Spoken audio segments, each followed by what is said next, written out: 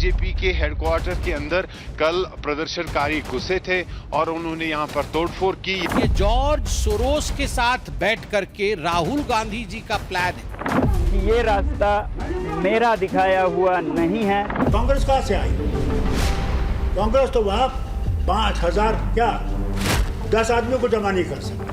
यहाँ जो कुछ होगा ना वो सब कांग्रेस पार्टी कर रही है। मोदी जी कुछ नहीं कर रहे हैं। मोदी जी सिर्फ आरोप लगाने बैठे हैं। वहाँ की युवाओं को आप शांत नहीं कर सकते, उनका आप समाधान नहीं कर सकते। आप काहे के विश्वगुरु? कांग्रेस को इल्जाम दो, हट जाओ ना कुर्सी से, हम संभाल लेंगे। पाठशाला की पहली क्लास, क्या लेह में हिंसा पीएम मोदी के खिलाफ जेनजी आंदोलन वाली साजिश थी? जांच और सबूतों में क्या सच सामने आया? कांग्रेस नेता पर एफआईआर, सोनम वांगचुक पर गृह मंत्रालय की गजब रिपोर्ट।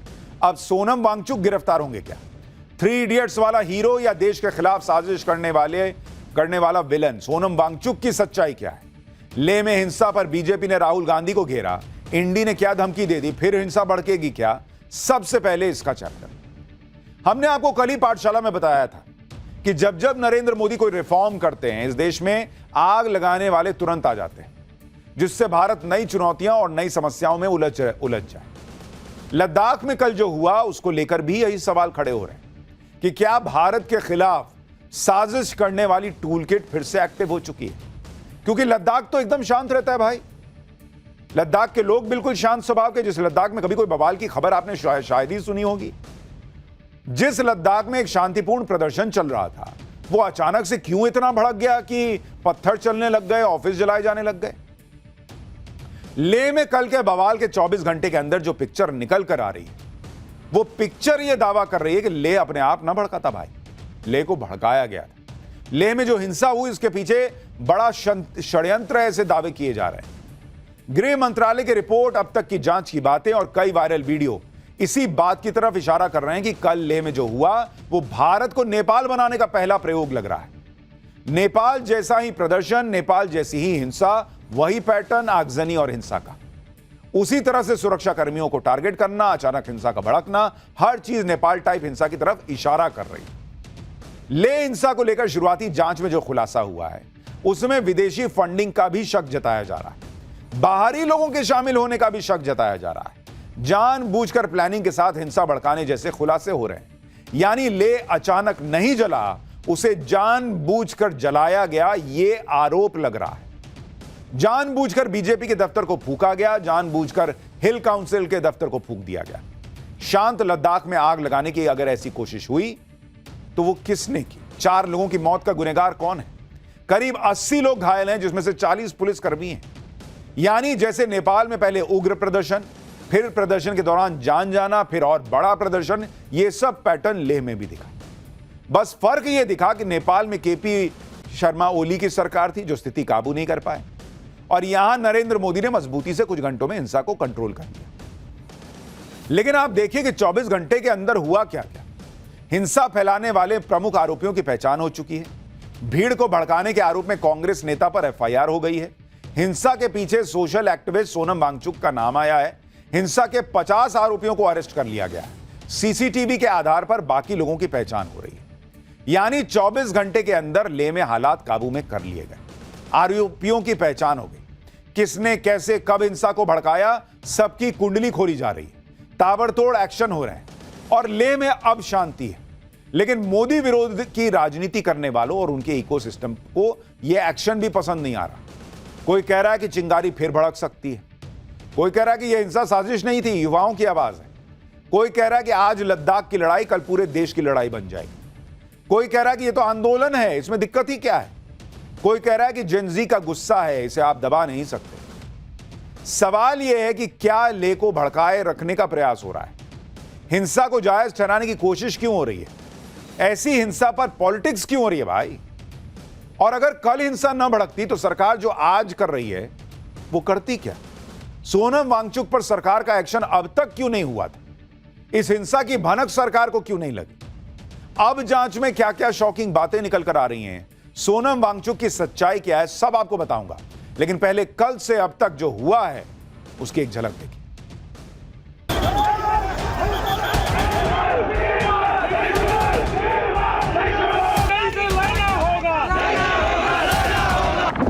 के हेडक्वार्टर के अंदर कल प्रदर्शनकारी घुसे थे और उन्होंने यहां पर तोड़फोड़ की। ये जॉर्ज सोरोस के साथ बैठ करके राहुल गांधी जी का प्लान है कि ये रास्ता मेरा दिखाया हुआ नहीं है। कांग्रेस कहाँ से आई? कांग्रेस तो वहाँ 5,000 क्या 10 आदमियों को जमा नहीं कर सकती। यहाँ जो कुछ होगा ना वो सब कांग्रेस पार्टी कर रही है। मोदी जी कुछ नहीं कर रहे हैं। मोदी जी सिर्फ आरोप लगाने बैठे हैं। वहाँ की युवाओं को आप शांत नहीं कर सकते, उनका आप समाधान नहीं कर सकते। आप काहे के विश्वगुरु? कांग्रेस को इल्जाम दो, हट जाओ ना कुर्सी से, हम संभाल लेंगे।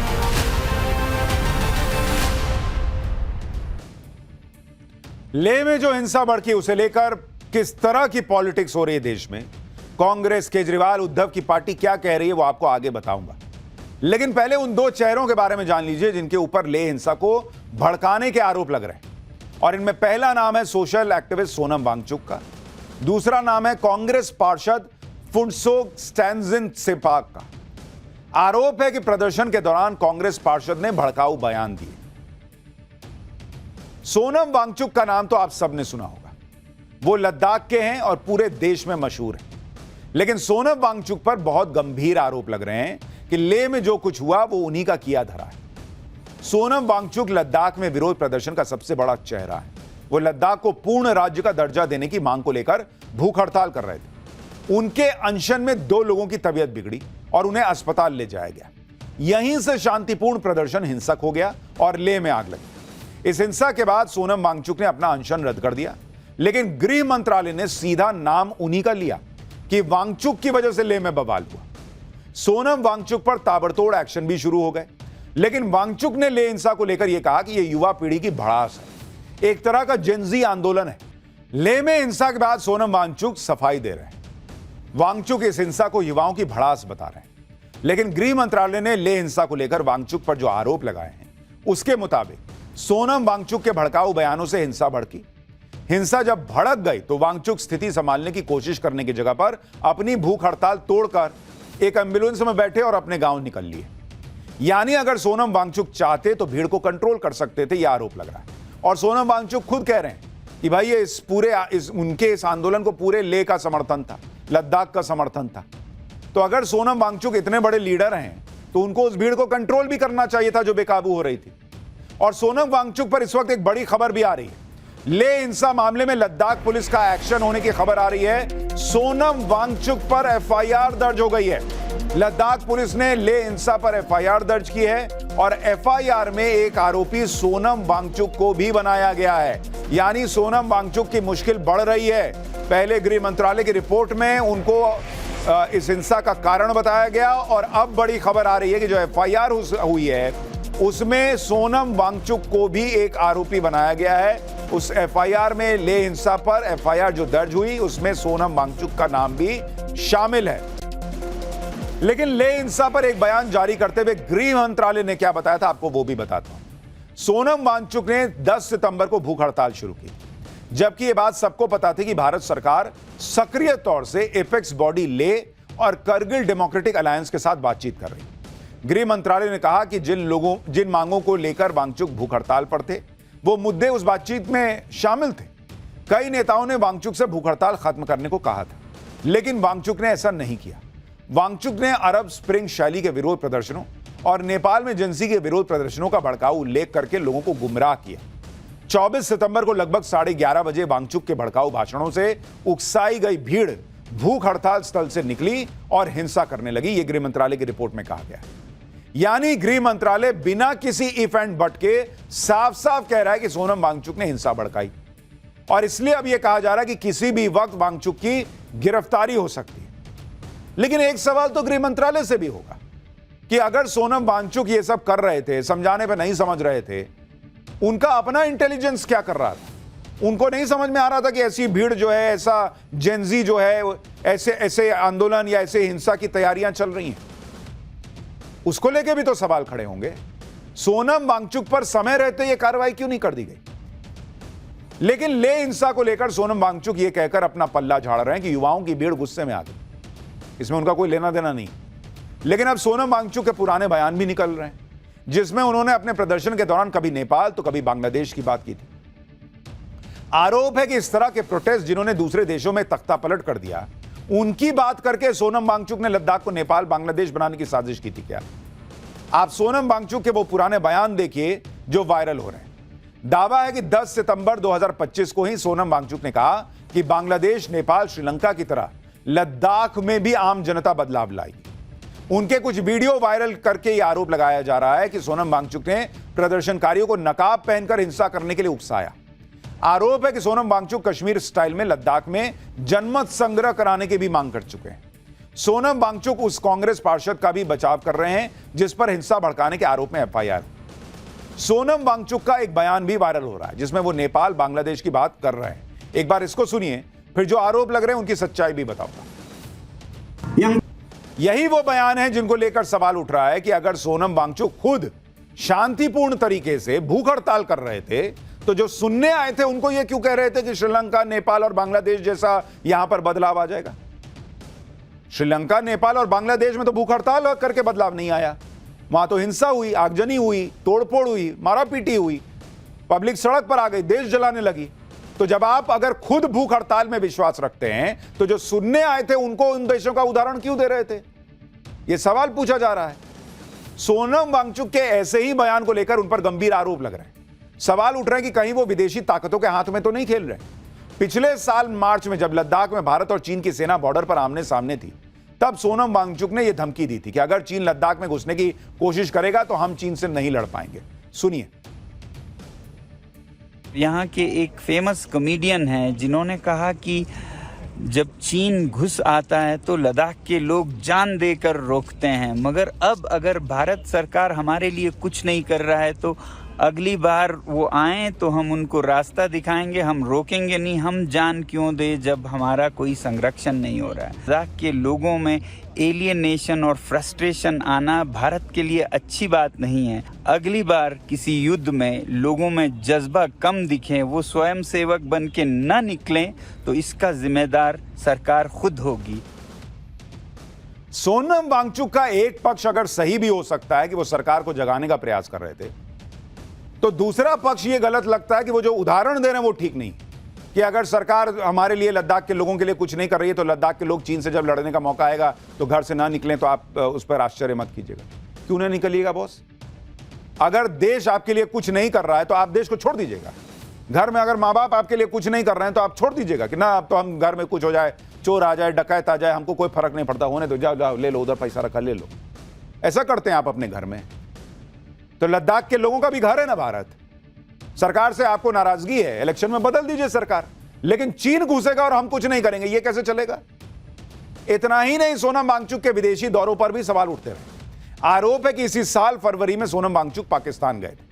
पाकिस्तान की मीडिया के कार्यक्रम में शामिल होते हुए वांगचुक ने पाकिस्तान की मीडिया की तारीफ की थी। स्कार्दू और बाल्टिस्तान जैसे इलाकों को ऑटोनॉमी देने के लिए वांगचुक ने पाकिस्तान की तारीफ की थी।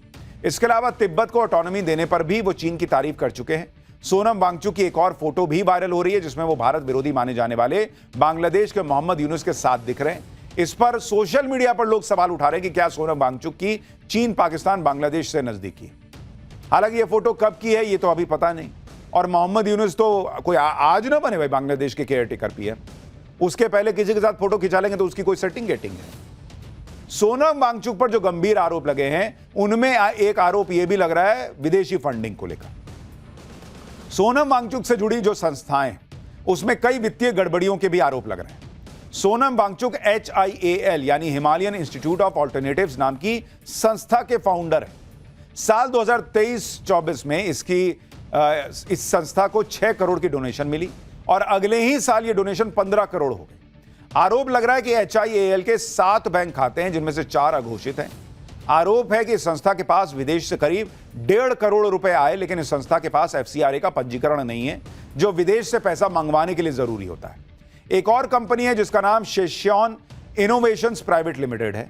इसके डायरेक्टर वांगचुक और उनकी पत्नी है। आरोप है कि HIAL से करीब 6 करोड़ रुपए का ट्रांजैक्शन वांगचुक ने अपनी निजी कंपनी में कर लिया।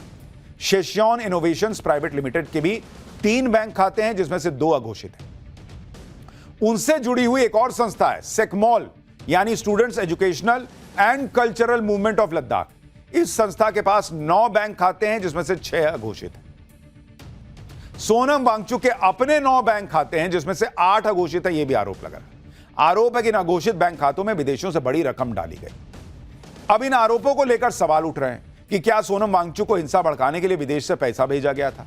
क्या सोनम वांगचुक के पीछे कोई विदेशी ताकतें हैं जो भारत को नुकसान पहुंचाना चाहती हैं? लेकिन फिर उल्टा सवाल सरकारी एजेंसियों से भी है कि कल हिंसा न भड़कती तो आप क्या करते? यह सब जानकारी अब तक कहां थी? 2 महीने पहले से अगर सीबीआई जांच कर रही थी तो पहले ही ये सब एफआईआर वगैरह करके आपको एक्शन लेना चाहिए था। हिंसा भड़की तब आपको एफसीआरए का लाइसेंस रद्द करना याद आ रहा है। सोनम वांगचुक से जुड़ी संस्थाओं की फंडिंग पर सवाल उठ रहे हैं। सोनम वांगचुक के खिलाफ अब एक्शन तेज हो गया है। सरकार ने सोनम वांगचुक की संस्था सेक्मॉल का एफसीआरए लाइसेंस कैंसिल कर दिया। यह एक्शन उन आरोपों को देखते हुए लिया गया जिसमें वांगचुक की संस्था के बैंक खातों में वित्तीय अनियमितता देखी गई। स्वीडन से फंड ट्रांसफर हुए हैं जिसे लेकर सरकार का यह मानना है कि यह राष्ट्रहित के खिलाफ है। आरोप है कि स्वीडन से 4,93,000 रुपए की डोनेशन आई। यह डोनेशन इसलिए दी गई ताकि युवाओं को माइग्रेशन, क्लाइमेट चेंज जैसे मुद्दों पर जागरूक किया जा सके। इसके अलावा फूड सिक्योरिटी और संप्रभुता जैसे मुद्दों पर भी जागरूक किया जा सके। इसी को लेकर गृह मंत्रालय ने आपत्ति जताई कि संप्रभुता जैसे मुद्दों पर विदेशों से फंड लेकर वर्कशॉप लगाना राष्ट्रहित के खिलाफ है। इससे पहले गृह मंत्रालय ने एक्टिविस्ट सोनम वांगचुक की संस्था सेक्मॉल को लेकर एक शो कॉज नोटिस भी भेजा था जिसमें वित्तीय गड़बड़ी पर जवाब मांगा गया था। आरोप है कि वित्त वर्ष 2021-22 में वांगचुक ने सेक्मॉल के एफसीआरए अकाउंट में 3.5 लाख रुपए जमा किए थे, जो एफसीआरए एक्ट के सेक्शन 17 का उल्लंघन है। इसके अलावा वांगचुक की एक और संस्था के खिलाफ भी सीबीआई की जांच चल रही है। वांगचुक की संस्था HIAL पर फॉरेन कंट्रीब्यूशन रेगुलेशन एक्ट के उल्लंघन का आरोप है। अगस्त में HIAL का जमीन आवंटन रद्द कर दिया गया था। लद्दाख प्रशासन ने दावा किया था कि जमीन का उपयोग आवंटन उद्देश्यों के लिए नहीं हुआ। सोनम वांगचुक पर ताबड़तोड़ एक्शन के बीच अब यह कहा जा रहा है कि सोनम वांगचुक की गिरफ्तारी जल्द हो सकती है। लेकिन सोनम वांगचुक का दावा है कि उनकी गिरफ्तारी से हालात और बिगड़ जाएंगे। वो कह रहे हैं कि हिंसा के लिए उन्हें बलि का बकरा बनाया जा रहा है। सोनम वांगचुक ने कहा कि उन्हें पब्लिक सेफ्टी एक्ट में 2 साल के लिए जेल में डालने की तैयारी चल रही है। हालांकि सोनम वांगचुक पर उठे सवालों के बीच उनके कुछ ऐसे वीडियो भी वायरल हो रहे हैं जिनका कल की हिंसा से कोई लेना देना नहीं। ऐसा ही एक वीडियो यह कहकर फैलाया जा रहा है कि सोनम वांगचुक प्रदर्शनकारियों को भड़काने के लिए चेहरा ढककर प्रदर्शन करने के लिए कह रहे हैं। इस वीडियो में सोनम वांगचुक मास्क पहनकर यह दिखा रहे हैं कि भाई ये मास्क कैसे पहनना, और इसी आधार पर यह दावा कर दिया गया कि हिंसक प्रदर्शन करने के तरीके बता रहे हैं वो। लेकिन इस वीडियो की सच्चाई कुछ और ही निकली। यह वीडियो कोविड के दौरान का है जिसमें मास्क पहनकर प्रोटेस्ट करने के बारे में तब के बारे में बताया गया है। लेकिन ऐसे वीडियो को ले हिंसा के ठीक पहले का वीडियो बताकर वायरल किया जा रहा है। यह कहा जा रहा है कि वो तो मास्क पहन के प्रदर्शन करना सिखा रहे हैं। लेकिन यह वीडियो कोविड का वक्त का है कि भाई उस वक्त अगर कुछ चल रहा था तो भाई उसमें मास्क पहन के प्रदर्शन कर रहा है। तो ऐसी बहुत चीजें भी सोशल मीडिया पे चल रही हैं। कुछ आरोप हैं, कुछ आरोप को सच्चाई बताने का प्रयास भी है, इसलिए बहुत संभल के हर फैक्ट को खंगालते हुए चलना है। सोनम वांगचुक को लेकर चल रही तरह तरह की बातों के बीच आपको दिखाता हूं कि लेह में जो हिंसा भड़की वो कितनी भयानक थी। लेह में बीजेपी के दफ्तर को फूंक डाला गया। लद्दाख ऑटोनोमस हिल डेवलपमेंट काउंसिल के दफ्तर में घुसकर आग लगा दी गई। लेह से यह रिपोर्ट देखिए कैसे वहां पर जली हुई गाड़ियां और इमारतों पे कल जो हिंसा हुई उसके निशान दिख रहे हैं। ये बीजेपी का हेडक्वार्टर है और इस बीजेपी के हेडक्वार्टर के अंदर कल प्रदर्शनकारी घुसे थे और उन्होंने यहाँ पर तोड़फोड़ की। ये जो गाड़ियां आप सामने देख रहे हैं, इन गाड़ियों को जला दिया गया है। भारतीय जनता पार्टी ने खुलकर ये आरोप लगाया है कि जो लोग प्रदर्शन में शामिल थे वो कांग्रेस के साथ जुड़े हुए थे और उन्होंने उन लोगों की निशानदेही भी की है। भारतीय जनता पार्टी ने आरोप लगाया कि जो बीजेपी जो कांग्रेस पार्टी के यहाँ के स्थानीय काउंसलर है वो उन लोगों को लीड कर रहे थे जो इसमें प्रदर्शन कर रहे थे, जो इसमें हिंसा कर रहे थे। ये जो बीजेपी हेडक्वार्टर है उसका मुख्य द्वार है और इसी द्वार के अंदर होते हुए आप देखेंगे यहाँ पर जितना भी सामान पड़ा हुआ था उसे सबको जला दिया गया है, फर्नीचर जला दिया गया है और जो पार्टी का जो मटेरियल होता है जिसमें पैम्पलेट्स होते हैं, बैनर्स होते हैं, झंडे होते हैं, उन सबको यहाँ पर जो है नुकसान पहुँचाया गया है। उससे आग लगा दी गई है। कल जिस तरीके से प्रदर्शन हुए, प्रदर्शनकारियों ने सबसे पहले भारतीय जनता पार्टी के हेडक्वार्टर को ही निशाना बनाया और यहां पर आग लगा दी। यहां पे जो फर्नीचर है उसकी तोड़फोड़ की और आप देख सकते हैं कि किस तरीके का और किस तरह से यहां पर जो है डैमेज हुआ है। इस पूरी बिल्डिंग को जो है इसमें आग लगा दी है और यहां पर जिस तरीके का भी सामान पड़ा हुआ था उससे जला दिया गया है। और तो जो लोग भी ये कह रहे हैं कि भाई युवाओं में गुस्सा था, उनसे एक सवाल है कि इस देश में संविधान के तहत गुस्सा निकालने का एक ही तरीका दिया गया है बॉस, और वो है इलेक्शन में जाकर वोट देने का। कि अगर आपको गुस्सा है, आपको लग रहा है कि चुनी हुई सरकार हमारे हिसाब से नहीं कर रही है, तो आपको जाके वोट देना है, आपको जाके आग नहीं लगा देना है। और इसलिए सवाल पूछे ही जाएंगे जब ऐसी तस्वीरें आएंगी। ले हिंसा के मामले में कांग्रेस के 2 पार्षद पर भी आरोप लगे कि इस हिंसा में उनकी भी भूमिका है। पुलिस और जांच एजेंसी उनकी तलाश में है। सूत्रों के मुताबिक वो अग्रिम जमानत लेने की कोशिश कर रहे हैं। ले में हमारे सहयोगी एक कांग्रेस पार्षद स्टैंजिन सेपाक के घर पहुंचे तो घर का दरवाजा बंद कर दिया गया और स्टैंजिन के घर वालों ने बात करने से भी मना कर दिया। देखिए हमारे रिपोर्टर को क्या जवाब मिला। हम इस समय ले अपर में हैं और यहीं पे घर है कांग्रेस काउंसलर का, जिनके खिलाफ आरोप ये हैं कि वो इस प्रोटेस्ट को लीड कर रहे थे। भारतीय जनता पार्टी के लीडर अमित मालविया ने एक एक्सपोस्ट के जरिए क्लेम किया और फोटोग्राफ्स डाल दी कि कांग्रेस ले के अपर के जो मेंबर हैं वो इस प्रोटेस्ट को लीड कर रहे थे। ये उनका घर है और लद्दाख पुलिस आप देखेंगे वो भी लगातार इस एरिया से गश्त लगा रही है और कोशिश की जा रही है कि जो काउंसलर स्टैंजिन सेपा है उसको इन्वेस्टिगेशंस में शामिल किया जाए, उसको बुलाया जाए, उससे। इधर ले हिंसा को भड़काने वालों के खिलाफ ताबड़तोड़ एक्शन हो रहा है। दूसरी तरफ विपक्ष के नेता इस हिंसा के लिए नरेंद्र मोदी को घेर रहे हैं। जैसे अरविंद केजरीवाल ने लद्दाख को लेकर एक लंबा चौड़ा सोशल मीडिया पोस्ट किया और कहा कि देश के लोकतंत्र को बचाना है तो इस तानाशाही के खिलाफ अब चुप नहीं बैठा जा सकता। आज लद्दाख की लड़ाई कल पूरे देश की लड़ाई बन सकती है। इसी तरह इंडी गठबंधन के नेता फारूक अब्दुल्ला भी हिंसा को यह कहकर जायज ठहराने की कोशिश कर रहे हैं कि ये जो युवाओं का गुस्सा है उनके दिल की आवाज है। फारूक अब्दुल्ला ने कहा कि सरकार जल्दी ही बातचीत का रास्ता निकाले, फिर से चिंगारी ना लग जाए। सुनिए क्या कह रहे हैं वो। बातचीत का रास्ता जल्दी से इख्तियार कीजिए, इंतज़ार न कीजिए कि फिर से इसमें चिंगारी लग जाए। मैं नहीं समझता हूँ इसमें कोई जमात है जो इसके पीछे है, क्योंकि आप ये कहेंगे कि ये बाहर से आ रहे हैं। मैंने पहले भी ये देखा है, जब भी यहाँ कुछ होता था कहते ये बाहर से आ रहा है। बाहर से नहीं है, ये वहाँ के लोगों की आवाज़ है, दिलों की आवाज़ है। वो अब ज़्यादा इंतज़ार नहीं करेंगे। कांग्रेस कहाँ से आई?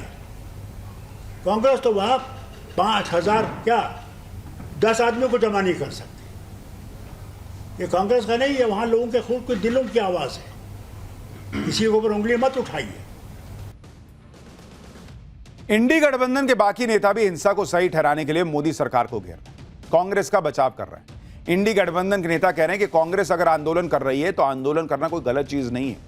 जेनजी सड़क पर है तो आप उनको गुनहगार क्यों ठहरा रहे हैं? सुनिए इंडी गठबंधन के बाकी नेता क्या कह रहे हैं। तो ऐसा है कि यहाँ जो कुछ होगा ना वो सब कांग्रेस पार्टी कर रही है। मोदी जी कुछ नहीं कर रहे हैं। मोदी जी सिर्फ आरोप लगाने बैठे हैं। जब मोदी जी खुद प्राइम मिनिस्टर नहीं थे तो जो जो बातें उन्होंने बोला है उसके सब उल्टा कर रहे हैं वो। ऐसा नहीं है कि सिर्फ आप जो है आप आरोप कांग्रेस पे करते हैं। कांग्रेस अगर आंदोलन कर रही है तो आंदोलन करना कोई गलत चीज नहीं है। जिस सड़क पर है तो आप उनको गुनहगार क्यों ठहरा रहे हो? उनके ऊपर क्यों गोली चला रहे हो? ये भारत के सीमावर्ती राज्य है, खास करके चाइना बॉर्डर है। वहां के युवाओं को आप शांत नहीं कर सकते, उनका आप समाधान नहीं कर सकते। आप काहे के विश्वगुरु? काहे के? जनता आक्रामक है, जनता के मन में असंतोष है तो बाहर आ जाएगा। आप उनको दबा नहीं सकते। गोलियां घटिया आदतों से बाज आए भाजपा। अपनी असफलता नहीं बताएंगे कि केंद्र की सरकार है आपकी, केंद्र शासित है, वहां आप नियंत्रण नहीं कर पाए। आप ही ने तो राज्य का दर्जा छीना था जम्मू कश्मीर का और आज कांग्रेस पे इल्जाम लगा रहे हैं। देखिए जेनजी के प्रदर्शन के नाम पर यह जो हुआ वो गलत हुआ। इस देश में हिंसा की कोई जगह नहीं है बॉस, ये क्लियर कट है। जिसके मन में जितना भी गुस्सा हो आप ये आगजनी नहीं कर सकते। आप इस तरह से किसी का दफ्तर, किसी भी पार्टी का आप फूंक नहीं सकते। जेन जी हैं तो उतरिए, आप पार्टी खड़ी कर लीजिए, आप चुनाव लड़िए।